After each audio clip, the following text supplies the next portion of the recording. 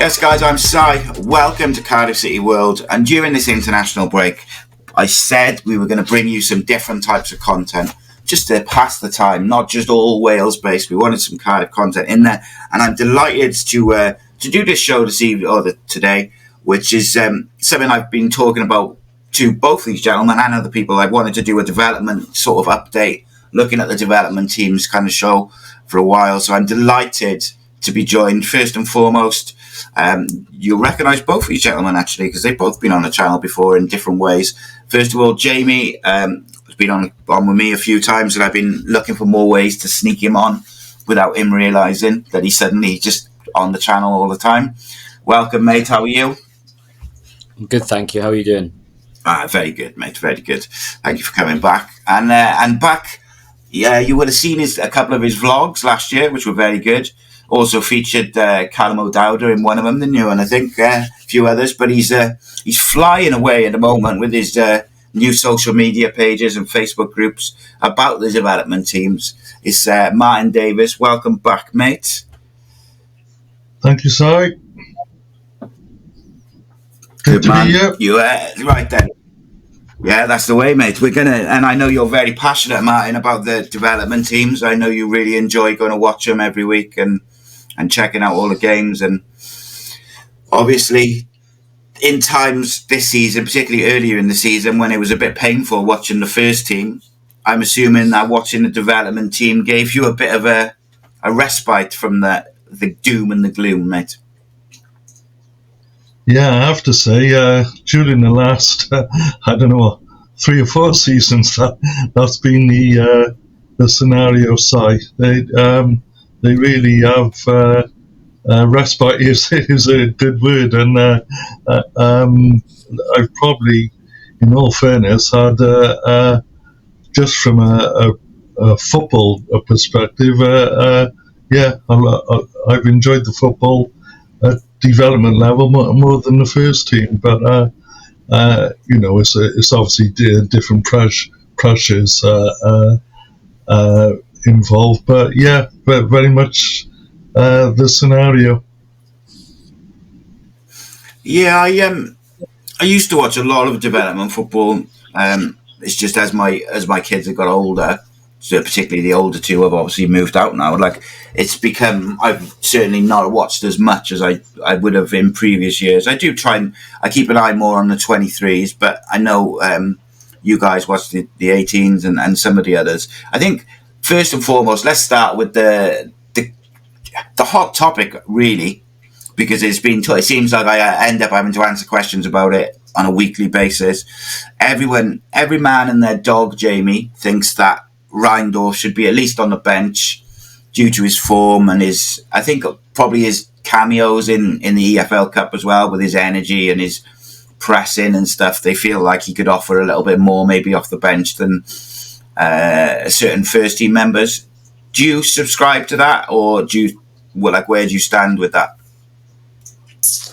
The word I use for Reindorf is raw, because again, he's got the hunger, he's got the desire, he's got all those attributes that generally Cardiff City fans would like to see their players adopt.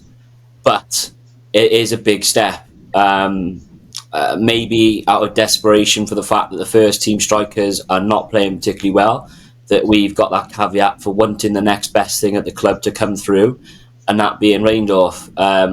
Reindorf is probably I would say, the closest to the first team, on the basis that when we signed him from Norwich after they released him, he'd already had an adult loan already, so he'd had that experience of men's football, if you like, whereas some of the youngsters we've got in the academy now, that's the next stage of their development. So listen, he's raw, he's quick. He showed against Southampton when he came on, he can cause some sort of threat, which is more than what the likes of Kanga have done. So yeah, listen, if he gets on the bench, I think it gives him that experience of what a match day experience is like at senior football. But you've also got to balance that with, are you going to hinder his development if he's just running around for 25, 30 minutes after the ball?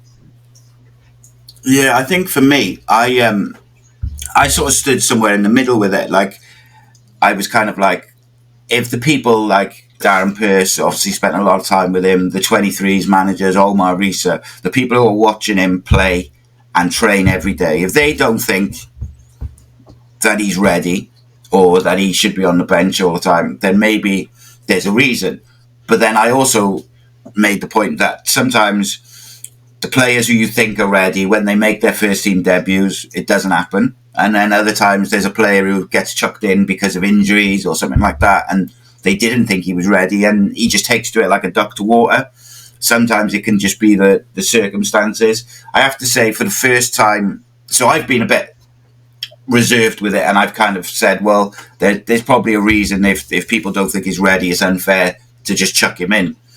But saying that, Kanga's been so ineffective, Mayte not a great deal better, so you're like, without Callum Robinson, the first team has struggled. So for the first time against Blackburn, when David Turnbull scored the rebound from the penalty, I really felt like that moment was a moment where we could have put Reindorf on, and not necessarily that he'd go and win the game for us, but he would just cause chaos with his energy and his pressing. And because Blackburn were nervous, they'd been in bad form, and then obviously they were 2-0 up, we'd got a goal back. That was the kind of moment, whereas I didn't feel that like any of the other options would have that same effect. But I also accept that certain players, whilst they might end up being first team players, maybe now's not the time to just chuck them in. I think it's an interesting one. Mike will probably admit himself, like you've alluded to there, coaches see him on a daily basis. And I think the good thing is he probably knows areas he needs to work up on. Matt will probably discuss this as well, but you can see that I think the big area for Mike Reindorf is holding the ball up. I think they're doing a lot of work on is just general, bringing people into play and stuff like that. Because I don't think his eye for a goal is, you can see he wants to shoot from whenever he can. But I think it's just that almost that polishing or the nurturing of that final bit of what would take him into adults football, and being able to sort of deal with the physical demands more than anything. Because I think mentally, I think he's sound, like Martin will probably say as well. You talk to the lad and he's fantastic. He really is a nice person to speak to. But again, the coaches probably see what we don't see. But they are training him, like they said. They promoted him to the first team training sessions as well. So that can only help him, I suppose, get that developmental needs that he requires. Yeah, definitely. Martin, where do you stand? I know you stand slightly different to some other people, because I've seen you post about it and say that maybe he shouldn't be chucked in at the deep end as such. But do you understand why people think, well, I see a lot of comments, for instance, like, but he can't be worse than X, Y, and Z, because we have struggled without Callum Robinson. Do you understand why people are calling for him? And then also, what's your sort of view on your take on it? Well, yeah, I totally understand how the majority of fans would think he would improve our output in the final third of the pitch, and I agree with that aspect. I think he obviously would offer something from the bench, but I just my overriding opinion, even taking that on board, is for the lad's own personal development. He needs development football. He needs to be playing 90 minutes.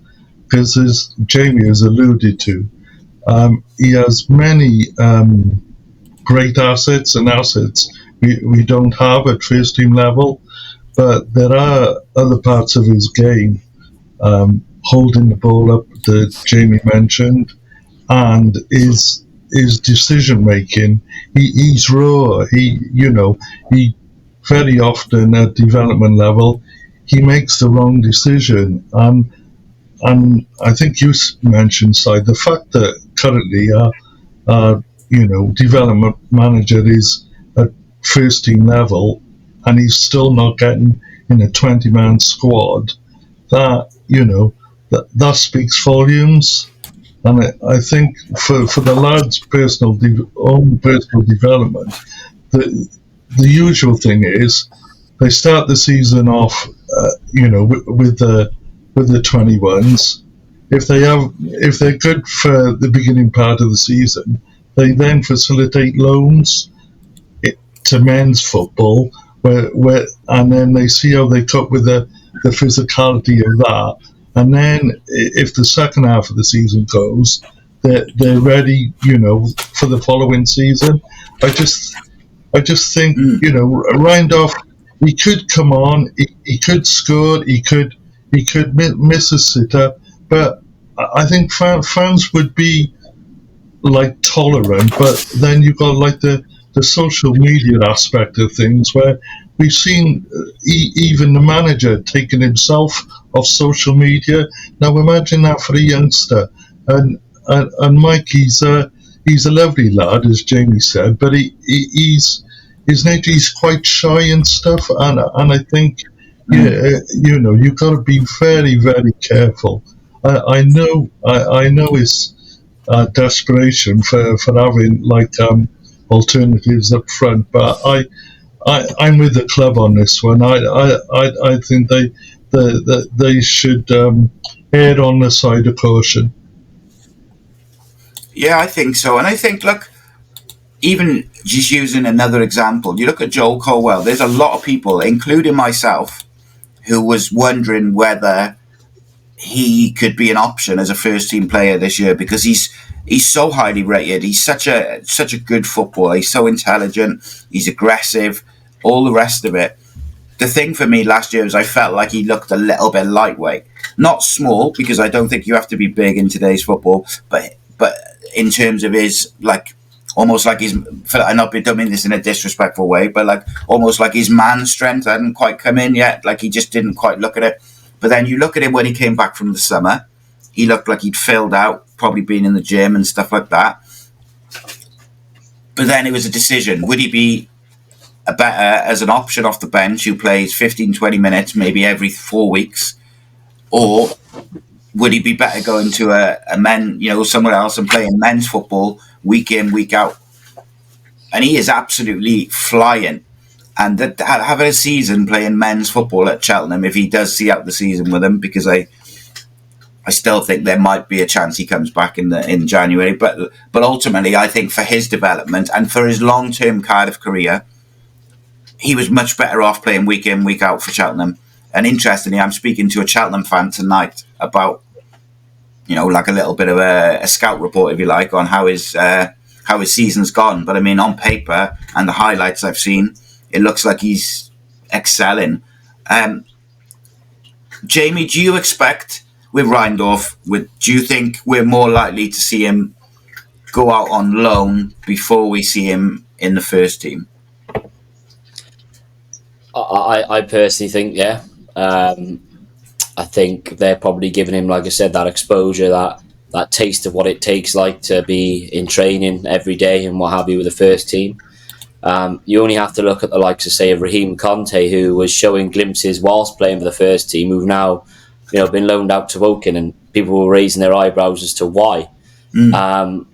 It depends on where he goes. You have to get the right fit, and you almost have to do like Joel Colwell is doing. You have to find them a club where they're going to be played, because like Martin said, what is the point in them being loaned?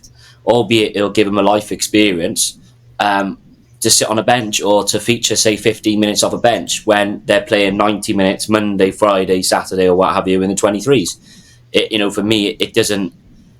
It can there's a fine line. It can hinder their development by them just sitting and being unhappy, or it can make them, the term when people say it makes them more a man, it makes them more mature, so to say, where they have to deal with the real life troubles of a professional footballer, which for some they can adapt to no problem. You see with Joel Colwell now, but for some they just don't, and then they reach their pinnacle with us, and then they just kind of go down slightly. So I think there's a fine line. You see where he is come what January. I'm sure there'll be a number of clubs who are asking about him already.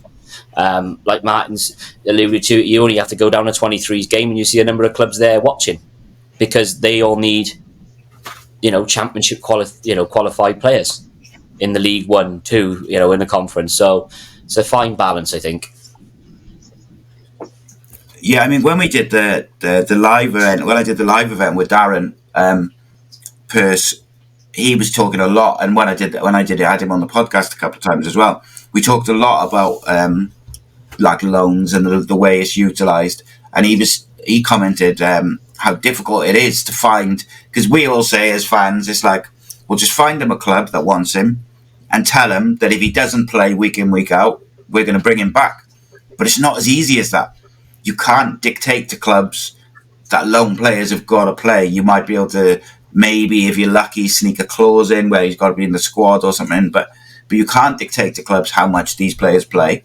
So they have to earn it, show it, etc. And, look at Isaac Davis last year. Once he got settled in Belgium, he was flying. And I think that experience of being away from his family, being away from Cardiff for the first time, will have done him the world of good. And it's unfortunate that he had an injury, because I think the way Omar Rhys's side sets up is perfect for Isaac Davis. And with Callum Robinson's fitness being a bit, sort of managed at the moment, Isaac would have been perfect for that. It's just unfortunate. But you see the benefits, I guess, is what I'm saying, of those loan periods and playing men's football week in, week out.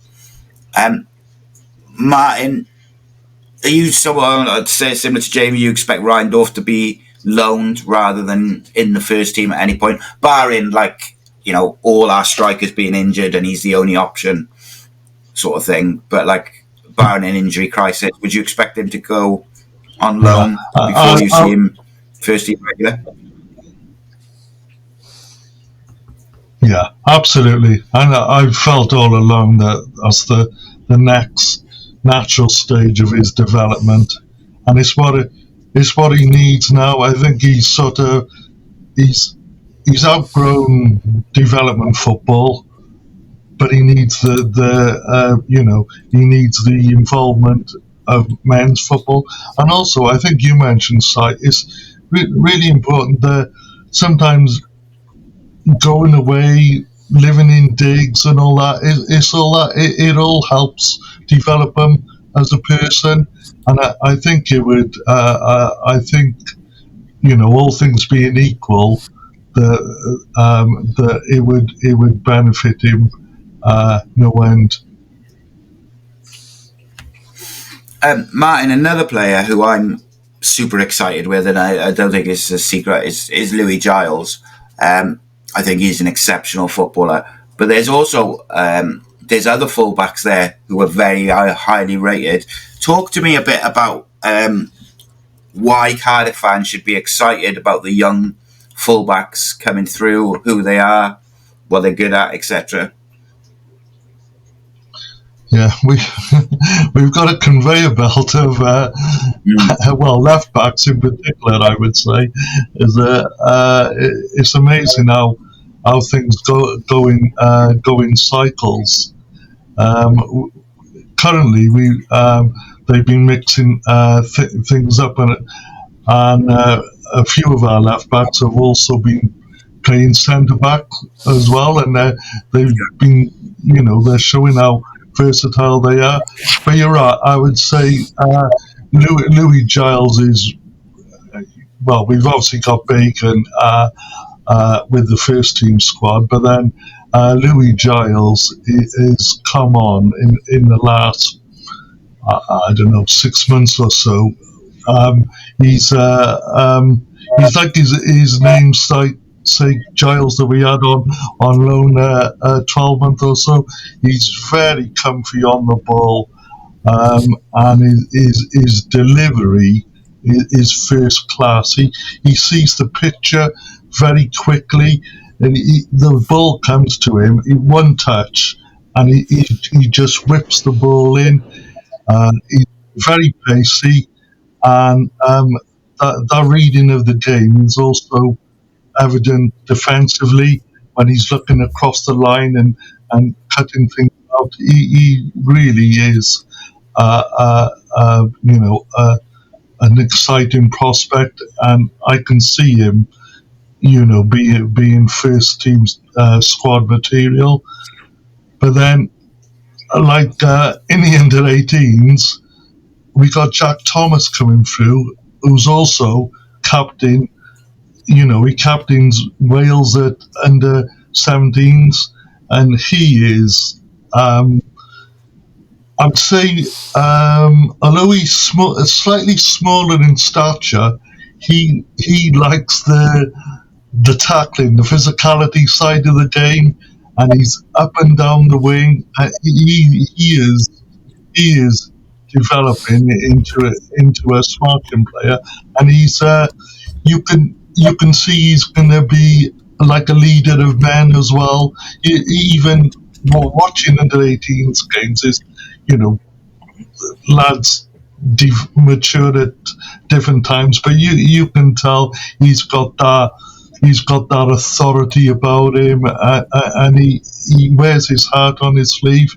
But he is going to be some player. So yeah, our stock of left backs is very exciting, to say the least. And one thing I wanted to mention as well, we all know Capaccio to be an exciting right fullback, but I don't know whether Jamie might have watched the Wales under 19s a couple of days ago, but it was very interesting. I've never seen Capaccio play as a left back, but Chris Canton had him playing as a left back for about 70 minutes of the game.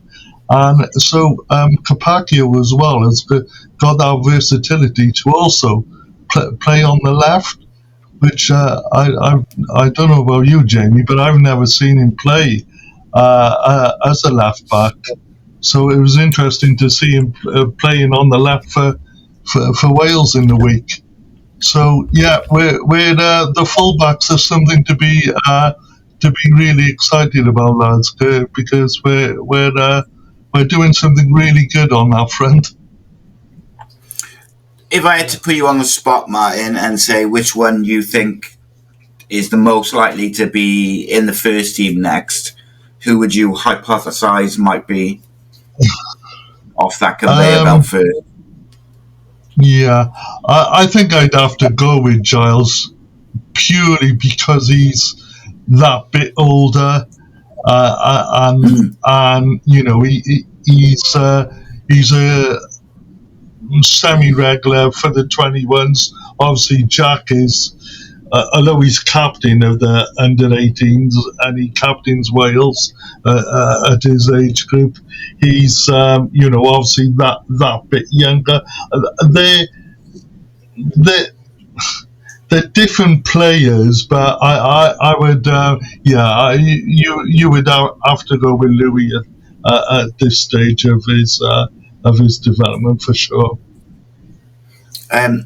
Jamie, obviously anything you want to add on the fullbacks and the conveyor belt that's coming through, but also talk to me a bit about which players from the 23s, the 18s you really enjoy watching and why. I think what's good is the word I like using is versatile, because generically, you look at it now, like Martin said there about Louis Giles, they've kind of altered it a little bit because Tom Davis is another left back, but they've been playing him left centre half to accommodate and obviously to have his develop a chance of him developing that way, because he's at that age now where he didn't have success really at Kilmarnock last year. Unfortunately for him, he's still a Welsh under 21 international, so there's something there. So that he's another promising player. what I love is when you watch the 23s, it's not just a one dynamic approach, or even with the 18s. I mean, credit to Matt Bloxham with the 23s, but also Tom Hutton with the 18s, that they've got this cohesion between the teams now. So it's not like they're playing all different ways. So when the step up is made from the 18s to the 23s, they already know how to play. They already know the vision. So like Jack Thomas, he's a tenacious. He reminds me of a bit like a Martinez of Manchester United. Even though he's not tall, like Martin said, physically, he's not going to give you an inch. He is literally going to batter you. He's going to let you know there. I think he got a red card the other week, which was a bit harsh on him. But yeah, defensively, I think there's some great players. Dylan Lawler, injury. Dylan Lawler will be special. He's bulked up since his injury. Freddie Cook has got the armband at the minute. He was in Leicester's academy before signing for us, and I think under Darren Pearce's tutelage, he's taken the next step of his development.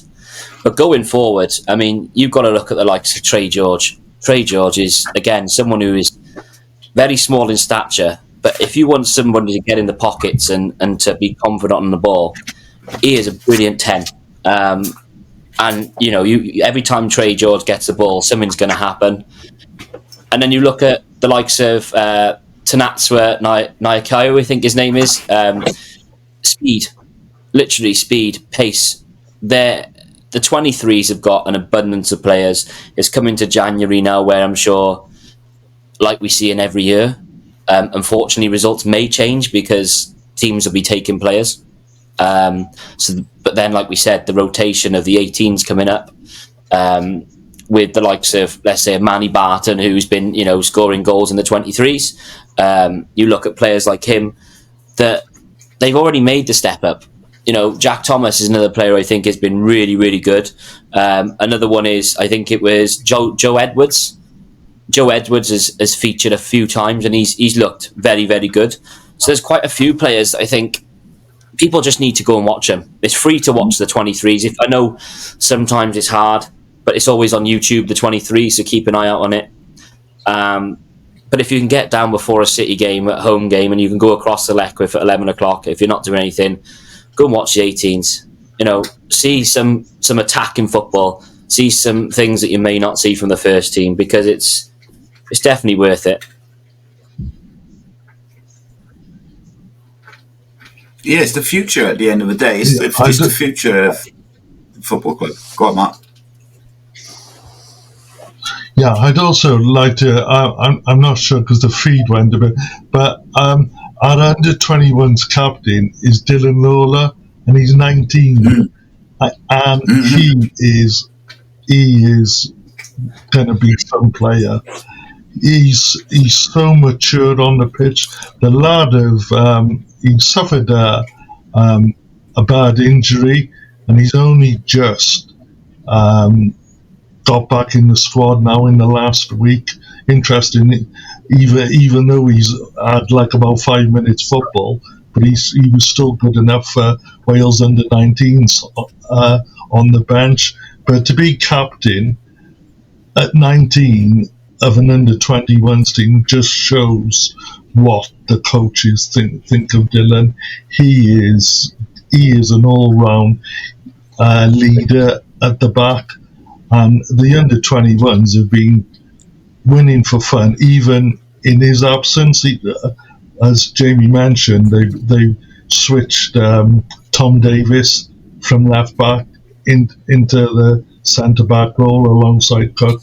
But we have got some real talent coming through. To, you know, internationally, to have 6 players in the under 19 squad, well, 8 technically, because two from our academy that have gone on to other clubs, it's testimony to the hard work that's been going on, and you know, so we have got to nurture them now, because there are some real talents. I'd also like to give a shout out. Really, I don't think he gets much of a mention, but at under 18s level, we've obviously seen Manny Barton have had a couple of opportunities with the under 21s, and he's, you know, fair dues to the lad. He's taken them. But our top goal scorer for the under-18s is Jake Davis, and he has scored.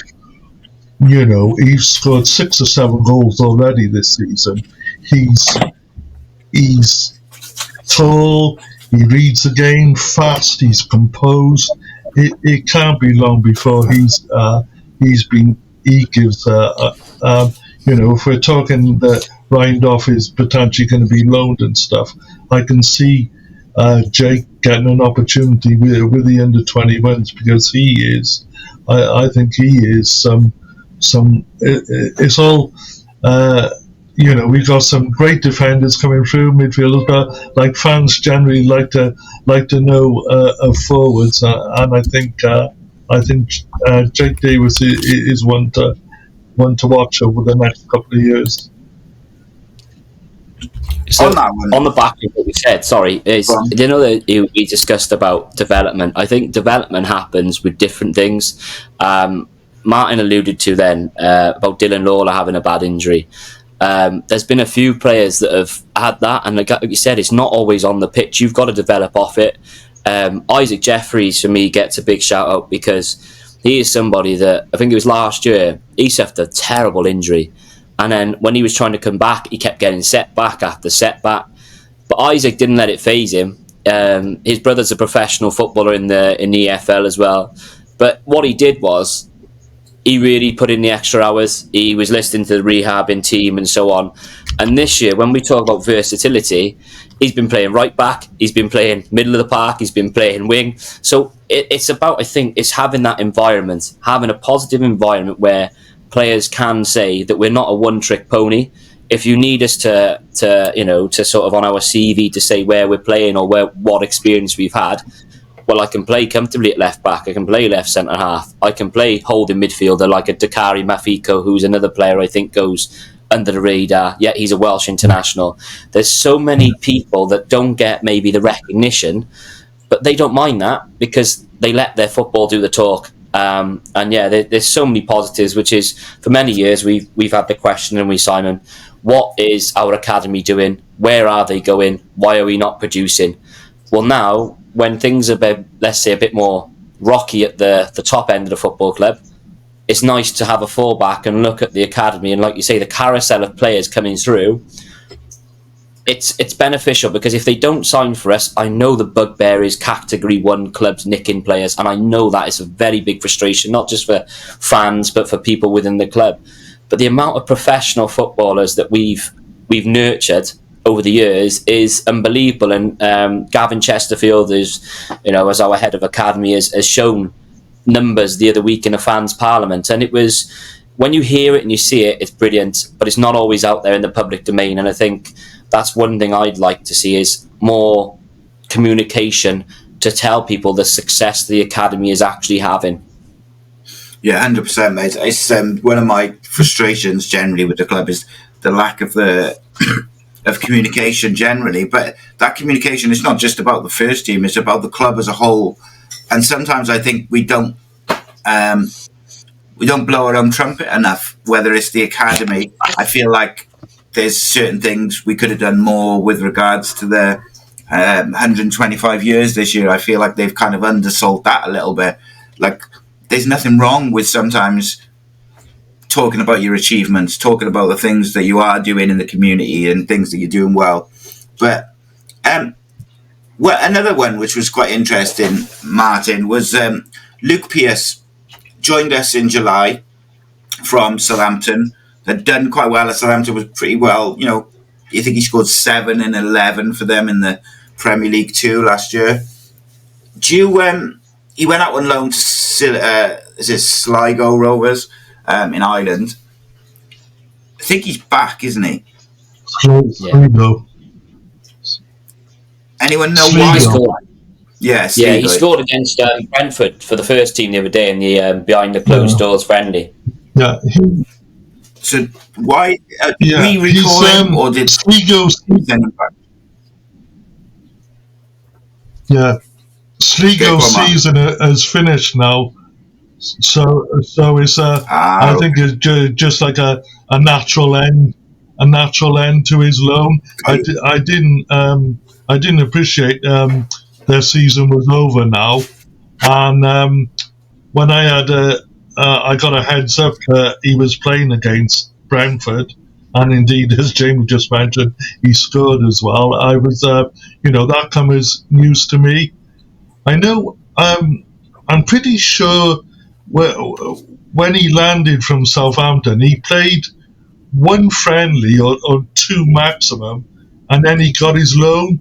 But even in the one friendly, he scored, and then he was loaned out. So I haven't actually seen the lad play, but you would think, having facilitated a loan, he now is either going to get another loan sorted out in January, or he could come into first team squad contention.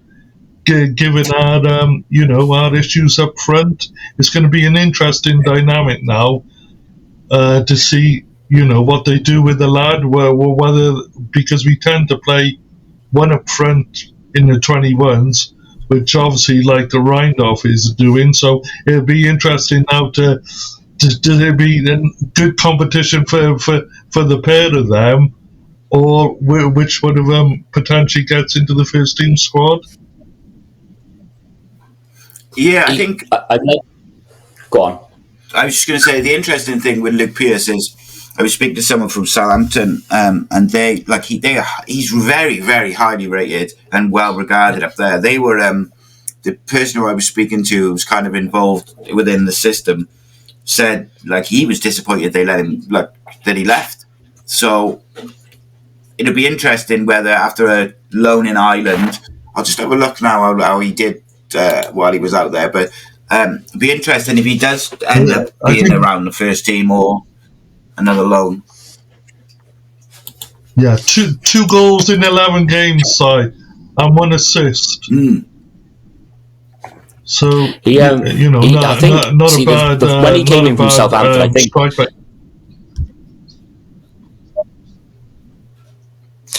When he came in from Southampton, I'm led to believe when he went straight out, I don't know if it was that Sligo and a few of the teams were sniffing after him anyway when he was there. So I think it was almost a case of, right, he's already got that loan, or someone was after him, so it just kind of, we'll sign him, loan him out and develop him, and he's already had that stage, like you said, Martin, when he comes back in. Sorry, I just amended my screen.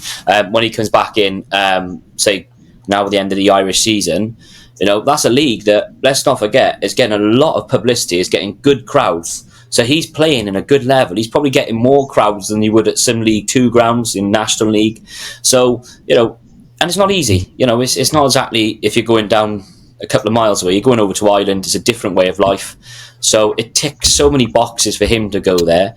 And again, not many fans will know what to expect from him, which from his perspective is probably a good thing because he can show what he's made of. And from the club's perspective, they probably, like you said, you've analysed the stats there, how he's done. Right, how are we going to play him? Is he a type of striker that Omar Rizza currently, as he is, would look at and think, oh, that's a tenacious little striker, a mobile striker that we can possibly utilise somewhere? Or is he going to go out to another loan? But it's nice having these headaches for once as opposed to not having anybody coming through. Yeah, I mean, for years it felt like no one was coming through, didn't it? And then all of a sudden we've got this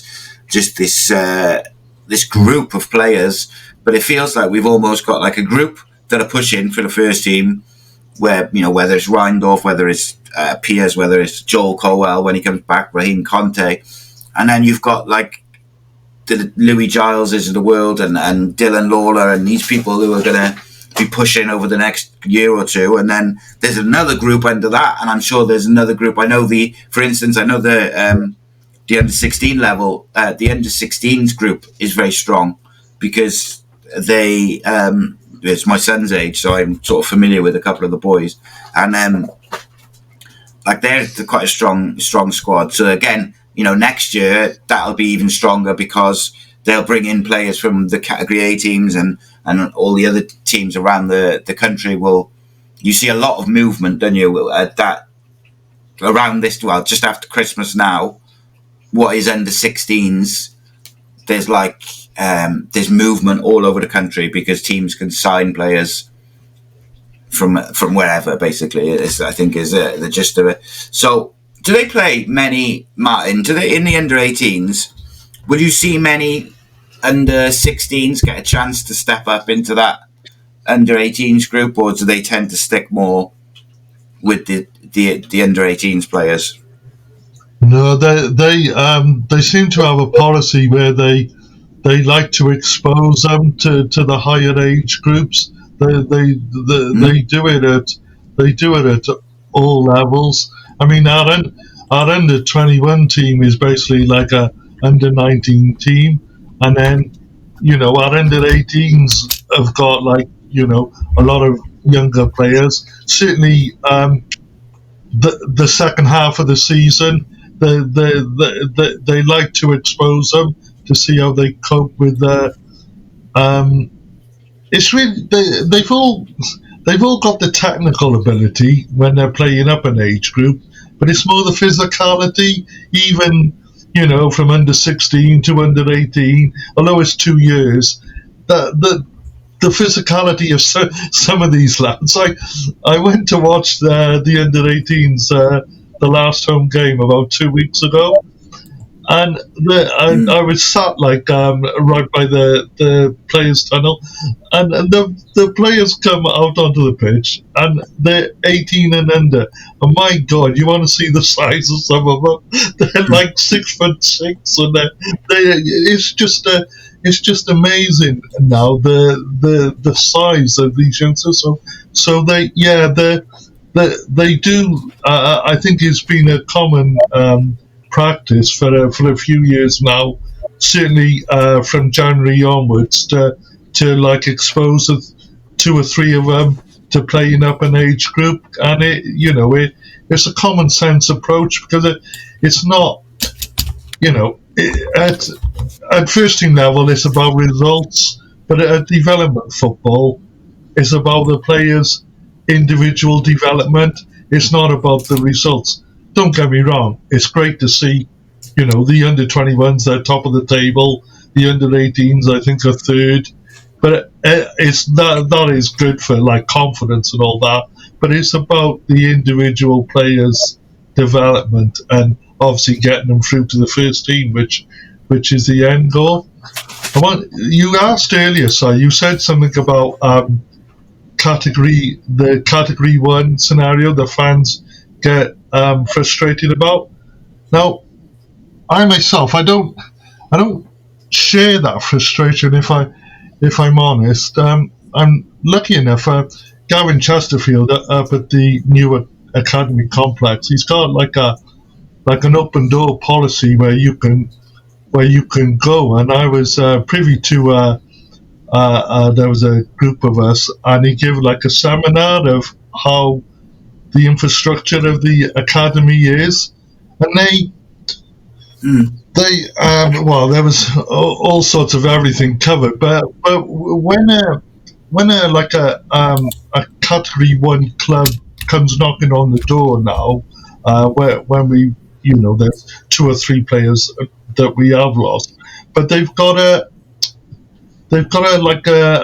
system in place now where we get like quite well compensated, and if the lads go on to make it at other clubs, we'll be compensated even more if they get to first team level. The way it works, even if we were a category 1 academy setup, we would lose players left, right and centre to the Man Cities, Man United. Aston Villa lose players to youngsters. It's just that we would be able to scout players geography-wise from a lot a lot wider than what we can currently. So category 1 won't save us from losing players. We'll still lose the players, because if nowadays all these clubs, they just know about every player at every youngster coming through. You got no chance of keeping anything secret because their systems are so diverse, and they just know the top 5 or 6 clubs. They just know every youngster that you got coming through. So it's about we actually we budget to lose maybe a player or two a year, but they got a system in place that if we do lose the player, we get well compensated. Yeah, and I think, look, ultimately, if Manchester United is picking up your players or whoever, it means you're doing something right because you'll be creating players and developing players that are good enough to play at that level.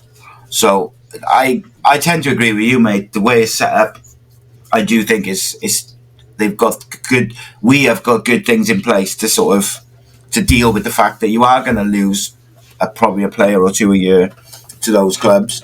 But then equally, it's part of football, isn't it?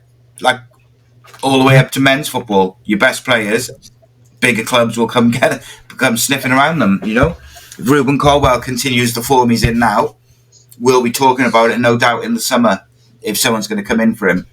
It's just part of football until you're kind of up there with the top dogs and you can afford to say, no, we're not selling our best player no matter the price. Everyone's got a price, and that goes for every club.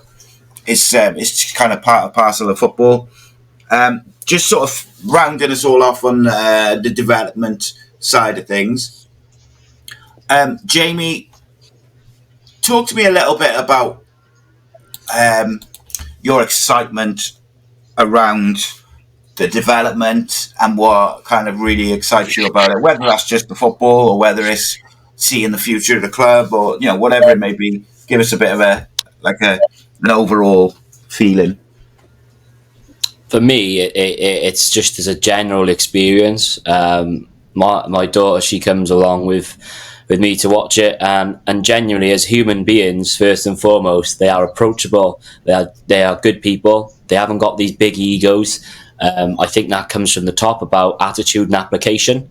They'll stop for all the fans. They'll thank you for your support, etc., etc. And for some people, that goes a long way. But when they're on the field, you can kind of appreciate what they give for the club. Whether they're from Norwich or whatever, when they put a Cardiff City shirt on, there is no short of desire. There is no lack of effort. There is no lack of application. And they're fundamentals of football, but it's a demand from all coaches that is what we expect. And like I said, for me, it's a good brand of football. For some years, people would say, oh, we were direct, we'd have this, that, and the other. But now you see some real excitement. The likes of Manny Barton, the likes of Louis Giles, who can put a ball into, like he did against Reading pre-season for Robinson. Pim, postage stamp sort of football. But I like speaking to the coaches because the coaches' philosophies, the coaches' understanding of football, and the nurturing of their players. They take these players under their wing, and it's not just what they see on the pitch. They really do care about them. There is welfare there, and I know that's something that's been scrutinised in the years with Cardiff City going in the past. They're really trying to implement something that helps the players both on and off the pitch, and I think that's what makes me go and enjoy it, is the fact that it is just genuinely a good day out for a few hours, and they're going to appreciate you for who you are and the time you've taken out to watch them. Good stuff. Martin, tell me a bit about your passion and your excitement around watching development football.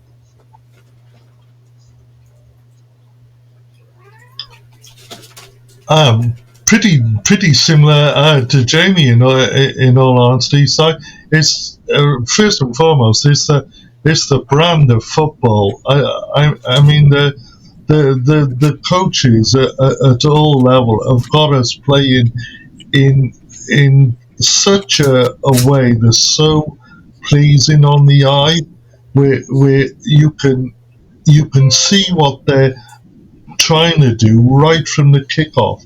You can they have a certain framework, but within that framework, the players are allowed in the midfield and the forward areas to just like express themselves, and you see the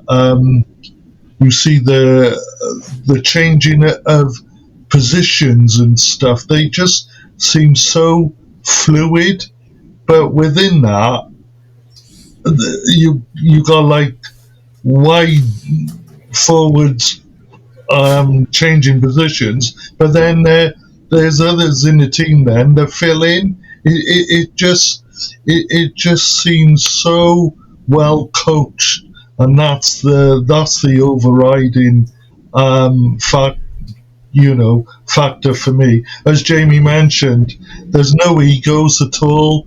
The lads are just they always got time for you, and the coaches, and even nowadays I watch a lot of them on YouTube. But when I'm actually at it's the parents and the family of the players. They're engaging it. It's just the whole. It just feels like the whole like one big family. But the overriding factor for me is the way we play, and I just I just love it. Cool. And then the final question, which I'd like to ask to both of you, Jamie, we'll start with you. If you were like you were put on the spot and you had to give an answer, which one player, and you could include players on loan if that's what you can just anyone who's not within the first team now, I guess. If you had to pick one player that you think will become like an out and out first team regular, in the vein of a Ruben Colwell now or someone like that who plays sort of week in, week out, which player would you guess is going to be that guy? I'll categorise one on loan, one who's currently here. I think one on loan, you can't look no further than Joel Colwell, just simply because of the amount of minutes and the amount of plaudits he's getting. And to be fair, he's probably having a better loan spell than probably an Eli is because of minutes and so on and so forth. And one player I'm really excited to see probably continue his development, I think it has to be Louis Giles, just simply because he's just got everything about him. He's a typical modern left wing back as such, who does both sides of the ball very well. As an Ely boy myself, it's nice to see someone from the area doing well. And you know what? I'm all for it. I think Louis Giles will be the homegrown, preference, so to say, and then Joel Colwell coming back and taking his development to the next stage and hopefully being part of our midfield. Good stuff. Martin, same question for you. Yeah, it's slightly repetitive, but I would have to go with Joel, because I think he's got everything.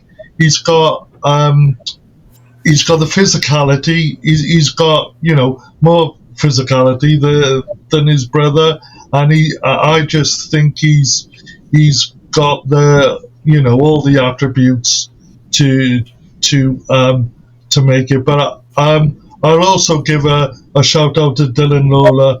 I think he is going to be some centre back in the next couple of years. So I think most people would go for Joel, but Dylan Lawler would be my shout out side.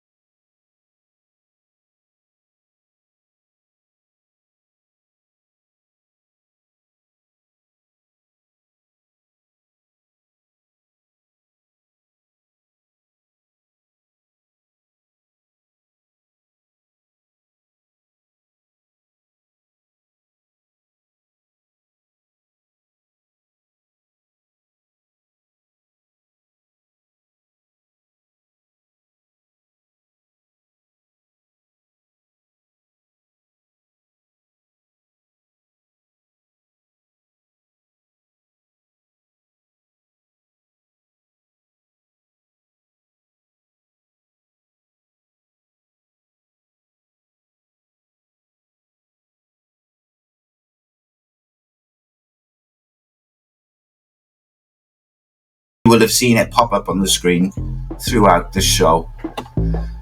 Gentlemen, it's been a pleasure. Thank you very much.